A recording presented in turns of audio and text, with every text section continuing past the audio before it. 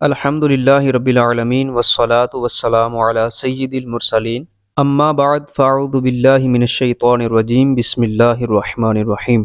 معزز ناظرین، آج کا ہمارا موضوع ہے کہ علم التجوید سیکھنا ضروری کیوں ہے۔ قرآن کریم اللہ عز و جل کی وہ آخری اور مکمل کتاب ہے جس نے گمراہ انسان کو سیدھا راستہ دکھایا، اور منکرین خدا اور رسول اسی قرآن ہی کی بدولت دنیا کے عظیم ترین رہنما بن گئے۔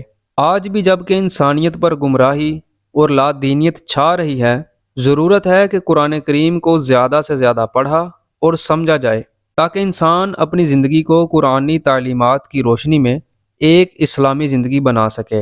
اصولی طور پر ہم تعلیمات قرآن پاک کی 3 قسمیں کرتے ہیں: تلاوت قرآن پاک، تفہیم قرآن پاک اور تعلیمات قرآن پاک پر عمل۔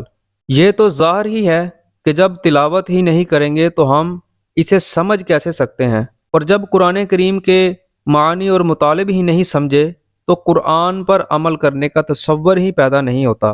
لہذا سب سے پہلے ہمارے لیے ضروری ہے کہ ہم تلاوت قرآن پاک کو اپنی زندگی کا معمول بنا لیں، لیکن یہ بھی یاد رہے کہ جس طرح قرآن کریم کو پڑھنا اور اس کو سمجھ کر اس پر عمل کرنا ضروری ہے، اسی طرح قرآن کریم کو صحیح پڑھنا بھی نہایت ضروری ہے، بلکہ قرآن کریم کو صحیح سمجھنا اس کے صحیح پڑھنے پر ہی موقوف ہے۔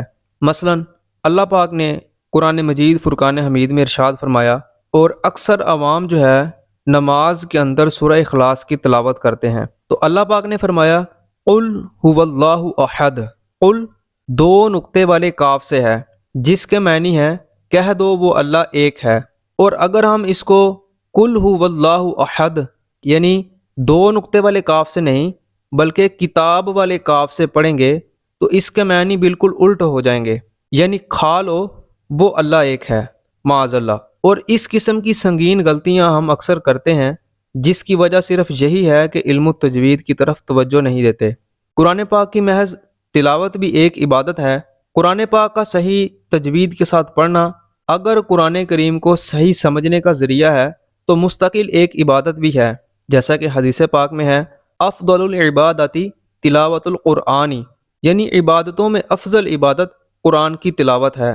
ایک اور حدیث پاک میں ہے من قرأ من القرآن حرفا فلہ 10 حسنات، یعنی جس شخص نے قرآن پاک کا ایک حرف پڑھا اس کے لیے 10 نیکیاں ہیں۔ اور ایک اور حدیث پاک میں ہے خیرکم من تعلم القرآن وعلمہ، یعنی تم میں سے بہتر وہ شخص ہے جو قرآن پاک خود پڑھے اور دوسروں کو پڑھائے۔ اس سلسلے میں کئی احادیث موجود ہیں، مگر اس فضیلت اور ثواب کے حقدار ہم اس وقت ہوں گے جب کہ قرآن پاک کو صحیح پڑھا جائے، جیسے کہ یہ قرآن کریم نازل ہوا اور حضور نبی کریم صلی اللہ علیہ وآلہ وسلم نے پڑھا اور صحابہ کرام علیہم رضوان کو اس کی تعلیم دی۔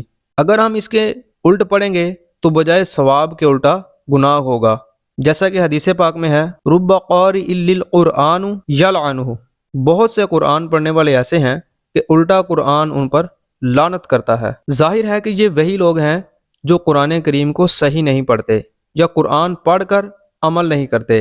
اس کے بعد اب یہ معلوم ہونا ضروری ہے کہ وہ کون سا طریقہ ہے جس کے اختیار کرنے سے قرآن کریم کو صحیح پڑھا جا سکتا ہے۔ تو جاننا چاہیے کہ وہ خالص طریقہ اور قواعد جن پر عمل کرنے سے آدمی صحیح قرآن پاک پڑھ سکتا ہے وہ علم التجوید ہے۔ علم التجوید ہے کیا چیز؟